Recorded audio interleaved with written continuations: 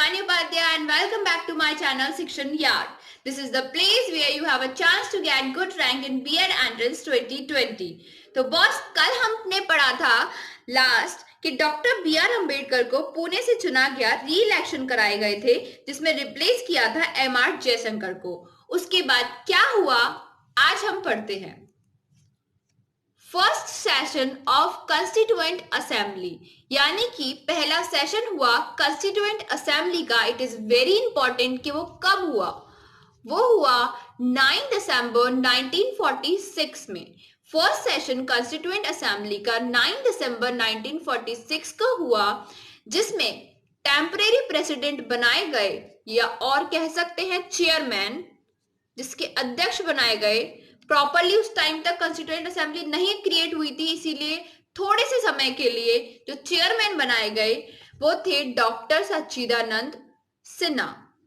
उसके बाद second session जो हुआ कंस्टिट्यूएंट असेंबली का वो हुआ 11 दिसंबर 1946 और उसमें परमानेंट प्रेसिडेंट बनाए गए और अध्यक्ष बनाए गए, जिनका नाम था डॉक्टर राजेंद्र प्रसाद। तो you have to remember this कि सेकंड सेशन में जो परमानेंट प्रेसिडेंट बने उनका नाम था डॉक्टर राजेंद्र प्रसाद। अब 1946 तक की बात हमने कर ली है, अब आते हैं हम 1947 पर। ये भी काफी इंपॉर्टेंट है, Mountbatten planning. What is it? Mountbatten planning लाई गई थी लॉर्ड माउंटबेटन के द्वारा। ये लाई गई 3 जून 1947 को। अब इस प्लानिंग के अंदर क्या था?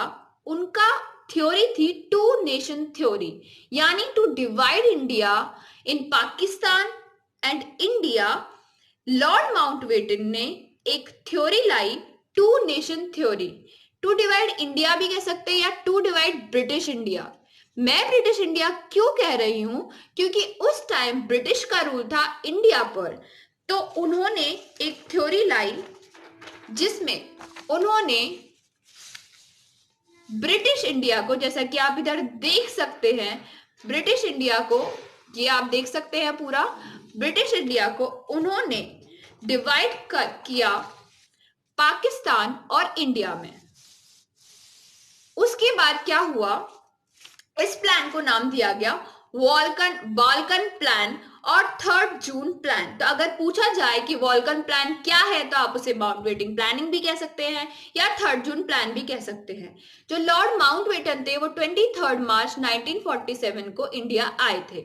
आई थिंक ये आपको समझ में आ गया होगा। आगे बढ़ते हैं। India independence act 1947। अब क्या हुआ? एक एक्ट बनाया गया, इंडिया इंडिपेंडेंस एक्ट। भारत को आजाद कराने के लिए अधिनियम एक्ट बनाया गया। It is presented in House of Common by PM Clement Attlee, यानी कि जो ब्रिटेन के पीएम थे क्लीमेंट एटली, उन्होंने हाउस ऑफ कॉमन में इसे पेश किया, जो कि कहां पर था? कहां पर है? ब्रिटेन में। जैसे हमारे यहाँ अपर हाउस, लोअर हाउस, यानी कि लोकसभा और राज्यसभा है, ऐसे ही ब्रिटेन में हाउस ऑफ कॉमन और हाउस ऑफ लॉर्ड्स है। अब उन्होंने ये पेश किया 4 जुलाई 1947 को। किसने? क्लीमेंट एटली ने। उसके बाद क्या हुआ? 15 जुलाई को 1947 में ये पास किया गया बिल हाउस ऑफ कॉमन में। जैसे इंडिया में पहले लोकसभा में पास किया जाता है, फिर राज्यसभा में, ऐसे ही ब्रिटेन में पहले हाउस ऑफ लॉर्ड की सहमति ली गई, हाउस ऑफ कॉमन की सहमति ली गई और फिर हाउस ऑफ लॉर्ड्स की ली गई।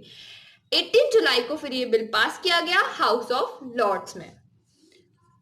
फिर ये अनाउंस किया गया उस बिल में कि 15 अगस्त को India will be independent, India को इंडिपेंडेंट कर दिया जाएगा। 14 अगस्त 1947 को पाकिस्तान को अलग कर दिया गया। हाँ, एक चीज आप लोग को ध्यान रखनी है कि पाकिस्तान आजाद नहीं हुआ था 14 अगस्त को। 14 अगस्त को उसे अलग कर दिया था इंडिया से। आजाद हुआ था वो था इंडिया, जिसे 15 अगस्त 1947 में इंडिपेंडेंट किया गया। अब भाई पाकिस्तान को हमने 4 प्रांत दिए, ईस्ट बंगाल, वेस्ट पंजाब, सिंध और वेस्ट नॉर्थ प्रोविंस। पाकिस्तान के जो पहले गवर्नर जनरल थे वो थे मोहम्मद जिन्ना। मोहम्मद जिन्ना जो थे वो गवर्नर जनरल थे कहा कि पाकिस्तान के फर्स्ट, और जो पीएम बनाया गया वो थे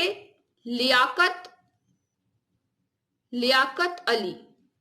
तो ये आप चीज याद रख सकते हैं। उसके बाद है इंडिया के फर्स्ट पीएम, तो सभी जानते हैं, पंडित जेएल नेहरू, जवाहरलाल नेहरू जी। और फर्स्ट गवर्नर जो बने इंडिपेंडेंट इंडिया की, यहां बात इंडिपेंडेंट इंडिया की हो रही है, इंडिपेंडेंट इंडिया के, वो बने लॉर्ड माउंटबेटन, जो लॉर्ड माउंटबेटन प्लानिंग को लेकर आए थे। माउंटबेटन। तो गाइस आज की वीडियो में बस इतना ही था।